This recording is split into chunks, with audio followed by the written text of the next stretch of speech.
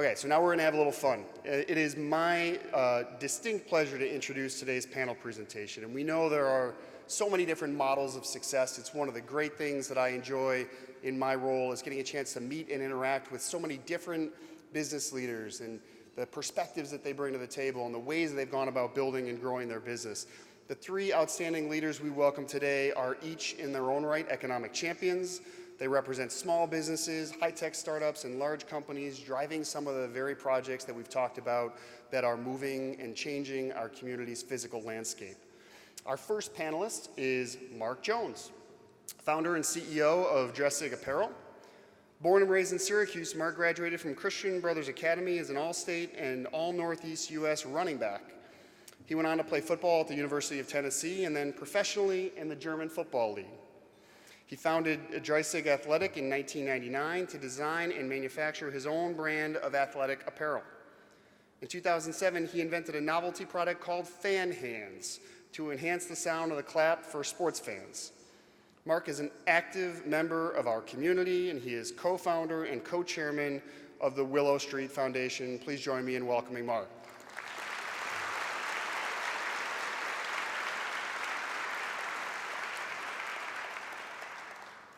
Second panelist is Wills Mahoney, co-founder of Plowz and Mowz. Wills' love for computers and technology drove him to start his first company called Express Computer Service shortly after he graduated from Syracuse University in 2005. In 2014, he started Plowz and Mowz, an on-demand snow plowing, lawn mowing, and leaf removal service, and you will hear more. Plowz and Mowz has grown to 40 markets nationwide, with 7 more being added next month, and is one of the largest on-demand outdoor home service marketplaces in the country. It now has more than 45 employees and 7,000 partner companies around this company. Please join me in welcoming Wills.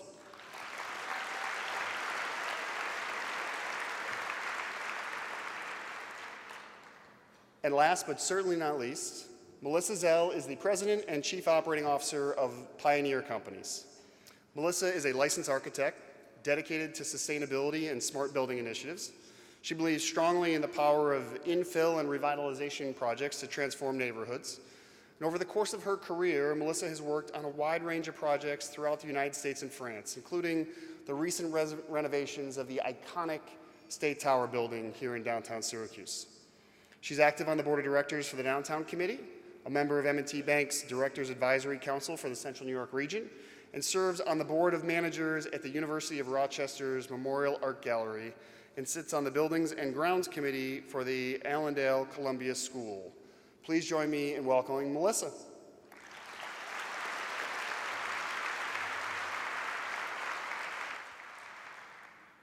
Okay, so we're going to talk about a lot of topics today. We're going to we've got about 25 minutes for a panel discussion.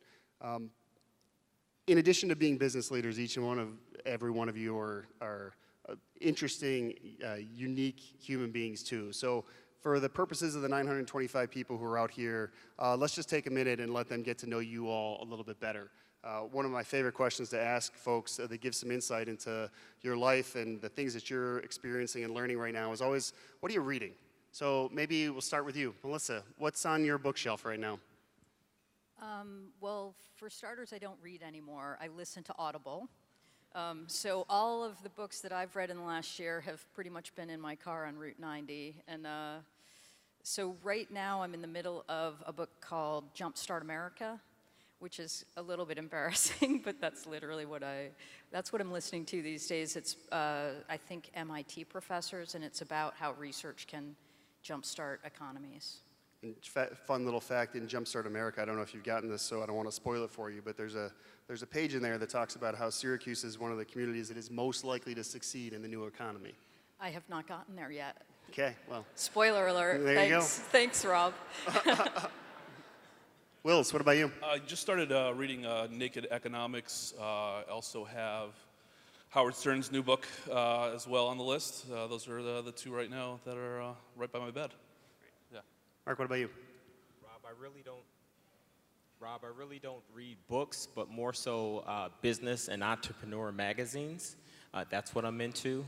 But I can say that I'm very, very proud to be the great-great-great-grand-nephew of Harriet Tubman. And I know that her movie is hitting the national screens here later on this week. And so very, very honored and privileged to be a living descendant of Harriet Tubman. Incredible. So real quick and we'll jump in.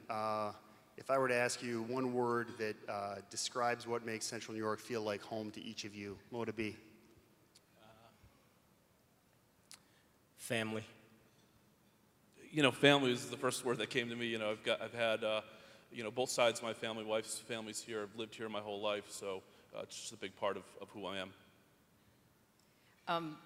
3 for 3, definitely family. That's what brought me back. I left for quite a while, and I came back for family and the family business.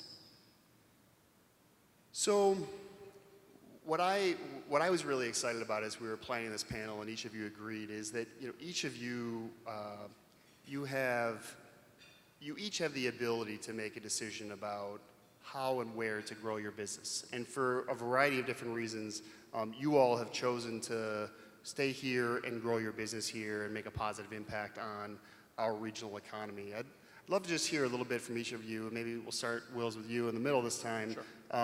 Tell us a little bit about why Central New York as you think about building a company from here.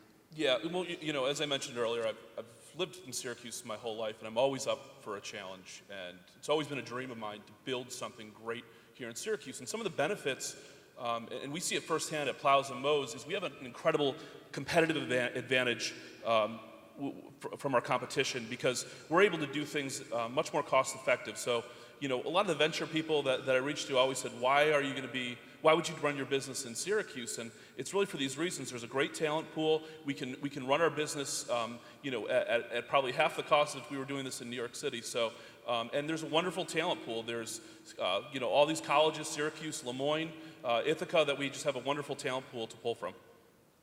Great. Marc, what about you? You've traveled internationally. You've had opportunities to do some amazing and remarkable things. But yet, when the moment came to start and launch and grow your business, Syracuse was the place that called to you. Why? Yeah, that's a great question, Rob. I think for me, when I started Dreissig 20 years ago, and obviously today or this year, 2019, is our 20th anniversary in business. But when I started the company 20 years ago, when I was researching and developing my business plan, in that research, I found out that Syracuse was a national test market city.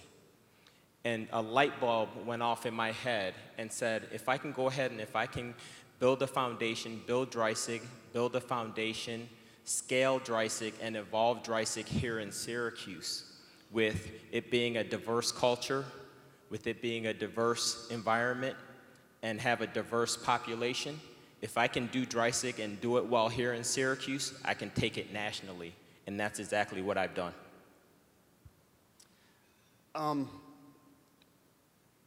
You've done work in France, you've done work all over, and yet here we are. You're spending your time investing in projects like the State Tower building, which is just part of the fabric of our skyline. What is it about this place that makes you want to continue to build the business here? Well, as I said, I did move away for many, many years, but I started my career in Rochester working for Pioneer, working for the family business. So unlike Marc and Wills, I can't take credit for having built Pioneer.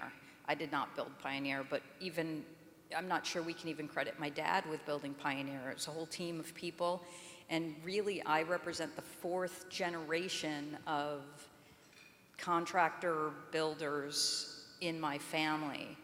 And just walking across town, I get a thrill now that I'm back every time I see a piece of concrete stamped with George Rosson's Sons, which was my great-grandfather.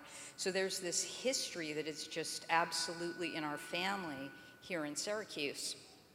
And so I had the opportunity to live in really dynamic places like Palo Alto, like Grenoble, France, which is a tech center, like Boulder, Colorado.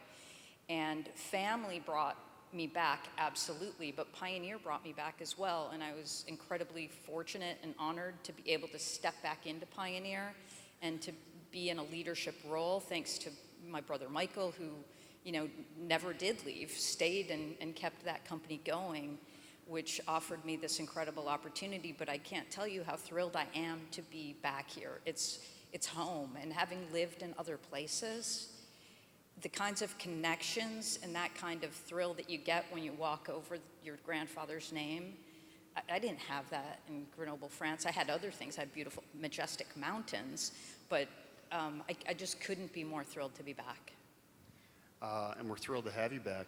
I think oftentimes when we think about innovation, and I'm going to ask Wills a question about this in just a minute, we think about high-tech businesses, but I think one of the things I've always been impressed with you, Marc, is that you've brought, since the very first time I met you, an innovative approach to building a company that some people might not think of as a technology-oriented business. Tell us a little bit about what innovation means to you and how it factors into your growth trajectory for Dreissig. For me, innovation is more so staying on the trends in the apparel industry. And so when I started Dreissig 20 years ago, I always had to have that visionary mindset in order to expand and evolve Dreissig to where we are today. And people don't think of it, but innovation has to be key in the apparel sector. And then when we started getting into the distribution sector, so we can have effective and be very efficient with our shipping and distribution aspects of it. So me being innovative is always having that vision, always having that eye on the prize, not just this year, but 5 years out, 10 years out. And where I started Dreissig, my founding premise for Dreissig was to create Dreissig Athletic so that I can be a similar company to Nike or an Adidas back then. And now we still have that division. We still supply athletic teams with team uniforms and workout apparel across the country. But I knew a long time ago that we have to be innovative and we have to stay ahead of the game and we have to keep on progressing down the road in the future. So now we have Dreissig Athletic Division. I have a Dreissig Apparel Corporate Sector Division. And then we also have a Dreissig Company Division, which is my dedicated MBE division. And that's me and having that power of the innovative mind so that we can keep on growing and keep on expanding, Rob. So Wills, you grew up in Syracuse. You had a front row seat to a point when the tech ecosystem, quote unquote, wasn't what we know it to be now. Yep. As you have thought about building and growing your company, as you've personally experienced it, tell us a little bit about what that tech ecosystem looks like now to you, and how you interface with other dynamic tech leaders here in Syracuse that are really driving so much of our success. Yeah, so a little over a year ago, our company was in the suburbs of Syracuse, and I was looking from afar at all of the opportunity, all the cool things that were happening downtown, and our company was growing, and I said, to our team, we need to be downtown. We need to put our footprint there. So we moved about a year ago today to the AXA Towers, and it's such a vibrant scene.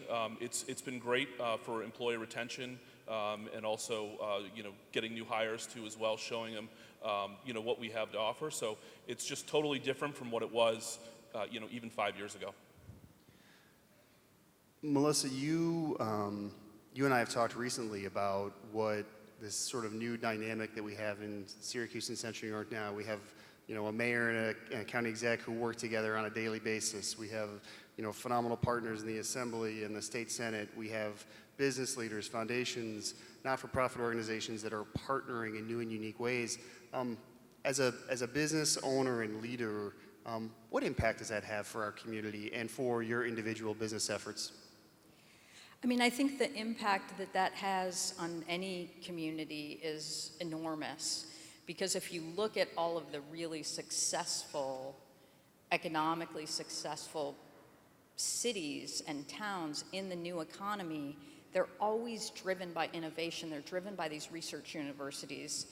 And I think that that's the opportunity that we're finally realizing in Syracuse. The more places like Syracuse University get involved, and the more you see these collaboration efforts like the recently announced iSchool and Microsoft. That was one of the things that you left out. That was another like incredible piece of news from the last couple of weeks.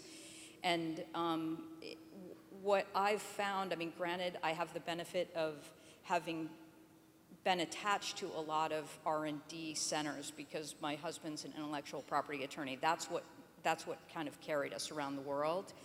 And it's incredible if you look at one individual patent, one university patent translates to 15 permanent jobs in a community.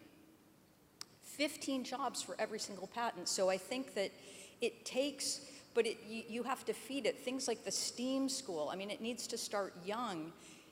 The STEAM school needs to feed Syracuse University.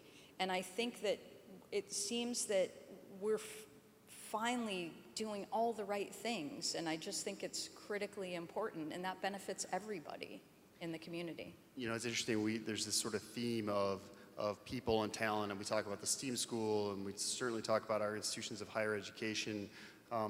We hear from a lot of employers right now across the spectrum about how important talent recruitment, talent retention is. Curious about how each of your businesses, maybe start with you, Marc, are experiencing that right now. Is it a problem? And if so, what are you doing that's actually been successful at positioning your company uniquely in that space? I think it's always been challenging, Rob. I think for me, part of my business plan and part of my business model from when I first started the company 20 years ago was, again, I started with just myself out of my house, okay? And the workforce and obviously the people and the staff that you want to really truly play an intricate part in that. So you want to get the best people you can on board and get the best people you can on your team. So what it is so I have a dedicated staff. I have my account managers. I have my marketing team. I have my sales team. I have my project managers. So those are my staff. But what we do, and I have a business model that I've been using from the beginning, is getting and recruiting really good interns. Okay, so right from the start, I started getting interns and recruiting college interns to come in. So we go ahead and we still do that today. So between 3 to 5 interns, we bring in, we interview, and then we bring in the top 3 to 5. What we do is we have them be a part of the team. We give them daily tasks and daily assignments that they have to finish with deadlines. That is key and critical for us because now we have that expanded staff, but they're getting a very, very good learning lesson with business and marketing and sales of what they're doing here for our company. So it's a great thing, but interns is the beginning aspect of it. But when I'm trying to go ahead and I'm trying to scale up and I'm trying to evolve my company, Rob, and I need to hire someone new, the very first people that I go to are my interns that used to intern for me. I bring them back and I have them interview for these positions. One, it's a great situation for me because they know exactly what my expectations are. They know exactly what I'm looking for, and they know exactly what they need to do because they've already been there, a part of my staff. And then 2 is, again, they're going to go ahead and they're going to have be a part of my staff that they were used to, and I already know exactly what they've done in the past. So it's been a great relationship, and that's my business model that I've used from the beginning for Dreissig. That's great, and I think certainly with so many colleges and universities in our region, it's a strategy that more employers can definitely take advantage of. You know, Wells, when we were talking on Friday, I think one of the things that jumped out at me that you said, which wasn't entirely unexpected, but it was great reinforcement to hear, was that recruiting talent hasn't been the hardest thing you've had to deal with in business. Tell us a little bit about your perspective on why and what you've been doing in order to get people in the door. Yeah, so we've really worked with a lot of the universities in the area, Syracuse, Lemoyne. When I was at SU, all my friends that went to SU have moved out of the area, and we just have this incredible young talent pool here. Just like you, we recruit a lot of interns with the goal that one day they're going to be working full time in our company. So that's been a very effective solution for us. And we've been really working again with those universities, through the past year. So it's working out well for us. So we just haven't had the major challenges of being able to hire. How about you, Melissa? I would say that Pioneer generally, our biggest success tends to be going to the team of people that we have, and some of our greatest hires are through word of mouth, people that already are within the organization or other companies that we work with. Although I'll also say, I mean, we have the intern model has worked for us pretty recently as well. But just kind of the straight out, putting an ad out, that is challenging and difficult, and you never quite know how it's going to go until the person's been on board. But basically, our own staff, I think, represents our greatest asset to reaching other people as we grow. So Marc, one of the things I still remember our very first conversation so many years ago, even at that time, we were talking about the importance of diversity and inclusion in the business community in Central New York, about how remarkable change was needed at every level, about how we needed to do more to connect people to opportunity. Tell us a little bit about the importance of that to you and the role that diversity and inclusion plays in your business. Yeah, it's been very, very important to me in my business model and my business plan, and again, evolving the company to where it is today. I know for me, we started a true dedicated MBE division about 10 years ago, and that really, truly has transformed my company. It's its own separate division, but I got certified as a minority company in New York State, the state of Tennessee, and the state of North Carolina. And doing that expansion and starting this dedicated division has really, truly been positive since we launched. What it does is it enables me to go out and negotiate contracts with state and government entities, and it also helps me go out and has me create opportunities and go out and negotiate with corporate companies that are trying to win those state and government contracts as well. And so in my eyes, it's really, truly a win-win situation for everybody. One is the corporate companies. They have a supplier diversity program, so they have those initiatives, so they're trying to go out and do business and partner up with other minority companies like myself, so that's a win. They have the state and government agencies. Again, here in New York State, it's law that every New York State contract has to have a certain percentage of minority companies attached to it, women-owned companies attached to it, and then they started putting in the vet component to it as well a couple of years ago. So it's a win-win for the state and government agencies as well, because we're buying in and we're going ahead and being a part of that program for the state and government agencies. And it's also the win for Dreissig. Dreissig goes out there and we prove ourselves. We basically became a supplier and a distribution channel and a distributor through this aspect of my company. And it really, truly has changed the aspect of what we're doing and the outcome and the outlook of what Dreissig is doing down here in the future. But getting in the door is that opportunity, Rob, and I want to stress that. But keeping the door open and going ahead and continuing the business, that's because these companies and these state and government agencies, they really, truly have 100% in me that I'm going to get it done, my staff is going to get it done, and they have 100% confidence in Dreissig as a whole that we're going to be a great partner with them so that they can go ahead and they can meet the demands of the state contracts. Yeah, and I'd be remiss if I didn't mention our partner, the Upstate Minority Economic Alliance, that we created better part of 4 years ago now to provide a dedicated focus on our region's MBE community and to help minority-owned businesses and women-owned businesses connect to other folks in the region who might be on state contract, who need support and help in finding those folks. So for those of you who are listening, and this is a challenge for your businesses, we have partners and tools to help all of you. And this is a great program that Rob is talking about, UNUMIA, and I am a part of that organization and proud to be a part of it. So Melissa, it is not lost on me that here at the front of the room we've got 3 local businesses. We have so many amazing types of businesses here in the region, but if you were to look out at the 326 economic champions, you're going to see the vast majority of them are companies that have been founded here, that are started here, that are growing here. Talk to us a little bit about, from your own perspective as a local business owner and leader, what it means to support local business and how important it is for that be a priority for organizations like CenterState CEO, for our governmental partners and beyond. I think it's hugely important, and we absolutely go out of our way for multiple reasons, even just from a service standpoint. I mean, I think that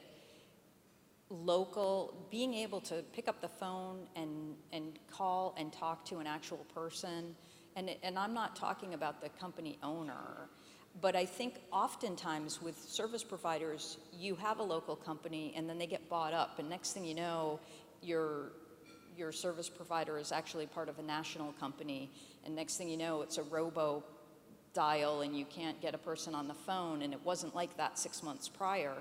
And I think that I definitely won't use any names here. I think some regional and national companies and even global companies, they really do a good job and they really try to be committed to the communities that they're in. And obviously the local employees are local employees and they live in the community. So I don't want to say anything bad about a company just because it's national. But I also think some do a much better job than others to actually making sure that some portion of their profits come back to local communities. And I just think that, you have to look around at who's sponsoring events, who's active in the community. And I think the companies that don't deserve our business. And I think it's as simple as that, but it changes and you have to be constantly reacting to it. But I absolutely choose to do business with local companies as a priority. That's great. Will's, we know, just statistically speaking, that over the course of the last decade or 2 decades, this is not a region that has a long history of successfully attracting venture capital to start up businesses and growing businesses like yourselves. However, over the course of the last 2 years, we've seen that change. You're one of the reasons it's changing. Tell us a little bit about your experience with that and what that conversation's like with an investor outside of Syracuse who's thinking about putting money into a venture here in our region. Yeah, so, Plowz and Mowz to date's raised about $7 million in venture and strategic partnerships. It was difficult. It is not easy going to some guy in San Francisco saying, hey, I'm starting a company in Syracuse, New York, and it's going to be the national leader in the outdoor home service marketplace. Can you write me a check for $5 million? They normally say, when are you moving to San Francisco? When are you moving your headquarters to New York? So I had a lot of conversations with these venture people, and I said, look, I'm building this here in Syracuse, and I probably could have raised money sooner if I had decided, to move my company elsewhere, but I stuck to my guns, and we have, incredible partners right now that are heavily invested in our company, and I'm happy we went that way. All right, we started with the lightning round. We're going to close with the lightning round. 2 questions. The first is, in 15 seconds or less, what do each of you need from the people in this room to keep growing your business and make sure that you're back up here next year as economic champions again? Marc? From what I'm looking for are opportunities. I think opportunities presented to me, opportunities that are going to come to me, I'll be able to go ahead and take those opportunities and be able to run with them. Prove myself, prove my company Dreissig can get the job done. Prove my company Dreissig so that you can have 100% confidence in us that we're going to make it happen. So those opportunities that come my way, it's going to help me grow and expand my business, more so not on the regional level, but on the national level that we are. So, I think more local investment opportunities, especially not just for my company, but for these up-and-coming entrepreneurs that are starting their business with maybe 1 or 2 employees, giving them a fighting chance to really make something great here in Syracuse. And I'm going to say what I need, as being in the real estate business, we need really strong, great tenants. And I think, companies like Marc's and Will's, and I think that what the entire community needs to attract talent, which is what makes these companies great, is that we all need to support our community. We need to make Syracuse as vibrant as Syracuse can be. And the way to do that is to support the cultural venues, to support the sporting venues, the recreational venues, the local restaurants, the local stores. That's what makes a community vibrant, and we all need to vote with our feet and with our dollars to support our community. Last question, 1-word answer. 1 word for what best describes your perspective of the future of the Central New York economy. Vision. Bright. Optimistic. Vision, bright, optimistic. Ladies and gentlemen, please join me in welcoming, thanking Melissa, Wills, and Marc.